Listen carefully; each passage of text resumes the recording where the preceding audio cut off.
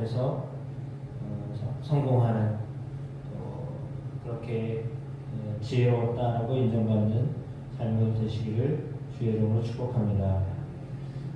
무엇이 성공이냐라고 하는 대답은 천차만별일 것입니다.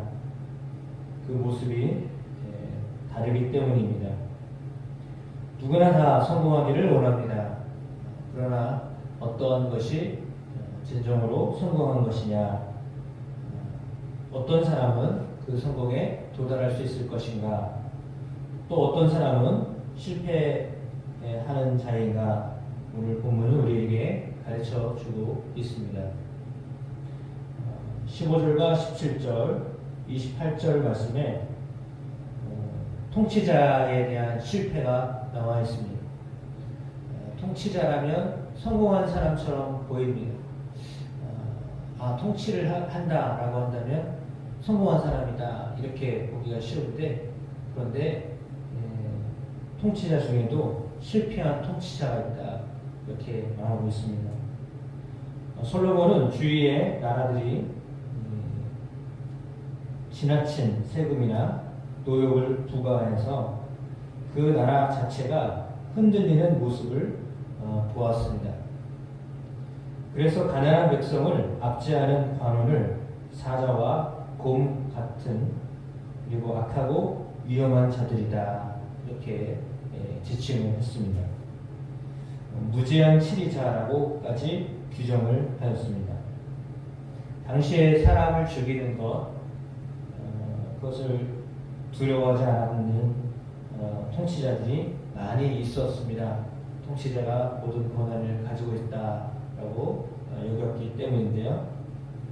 솔로몬은 그런 통치자들은 함정으로 달려가는 것과 같다, 그를 막아설 수도 없다라고 17절에 말씀하고 있습니다. 악한 자가 권세를 잡으면 관료 사회에서는 유능하고 정직한 사람이 사라집니다. 그리고 무능한 단신배들만 남게 되어 있습니다. 그런 권력자들은 결국은 망하게 되어 있습니다. 의로운 자기 권세를 잡아야, 의로운 자가 권세를 잡아야 의로운 자들이 그를 돕게 되어 있습니다. 결국은 탐욕을 부리지 않고 선한 마음으로 백성을 보호하는 통치자가 안정적으로 권력을 유지하게 되고 나라를 번영하게 해줍니다. 청렴하고 성실하고 정직하게 일하는 공직자는 하나님으로부터 복을 받게 되어 있습니다. 그 말씀이 28절의 말씀입니다. 그리고 그렇게 성실하게 정직하게 하면 성공한다라고 하는 것을 18절 말씀에서 22절 말씀까지 우리에게 가르쳐주고 계십니다. 일반 계시를 통해서 불신자들에게도 성실하게 정직하게 사는 자가 성공하게 된다라고 하는 것을 가르치고 계십니다.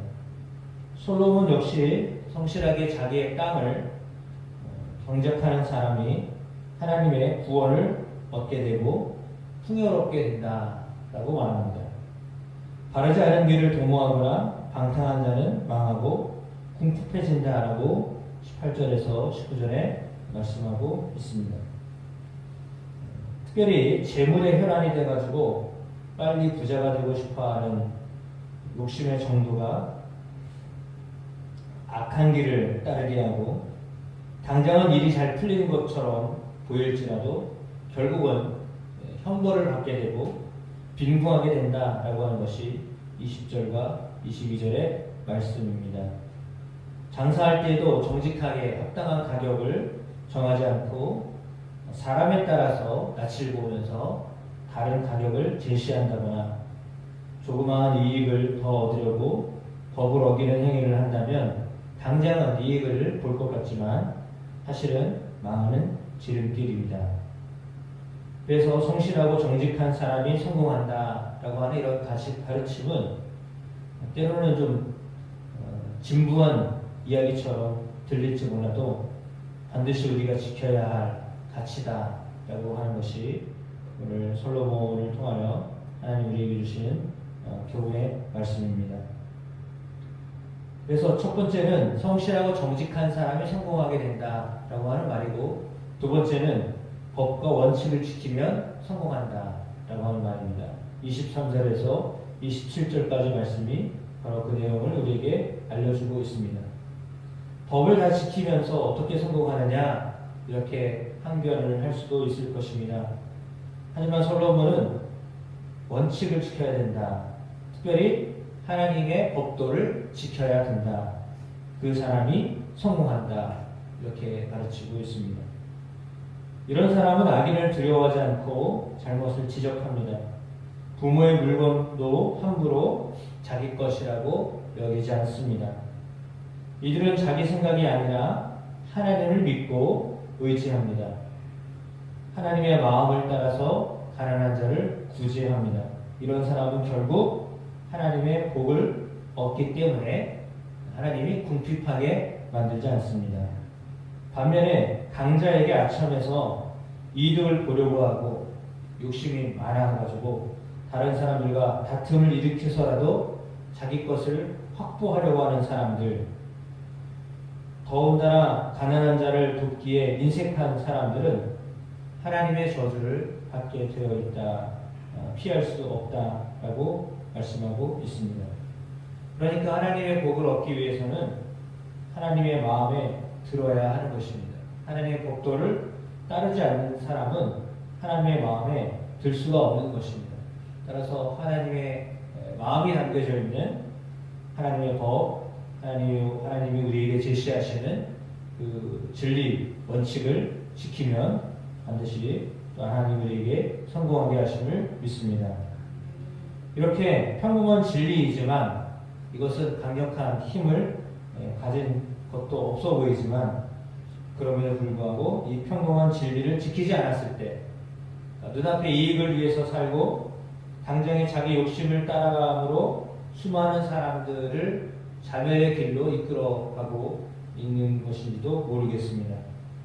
인간의 본성은 어쩌면 다른 길을 걸으려는 사람을 끊임없이 유혹하면서 죄악을 행하게 합니다. 그 유혹을 떨쳐버리고 주님이 보이신 길, 생명의 길을 선택하는 우리 모두가 되어야 하겠습니다. 성경에 나와 있는 수많은 사람들이 어찌 보면 좋은 조건, 여건 이것들을 다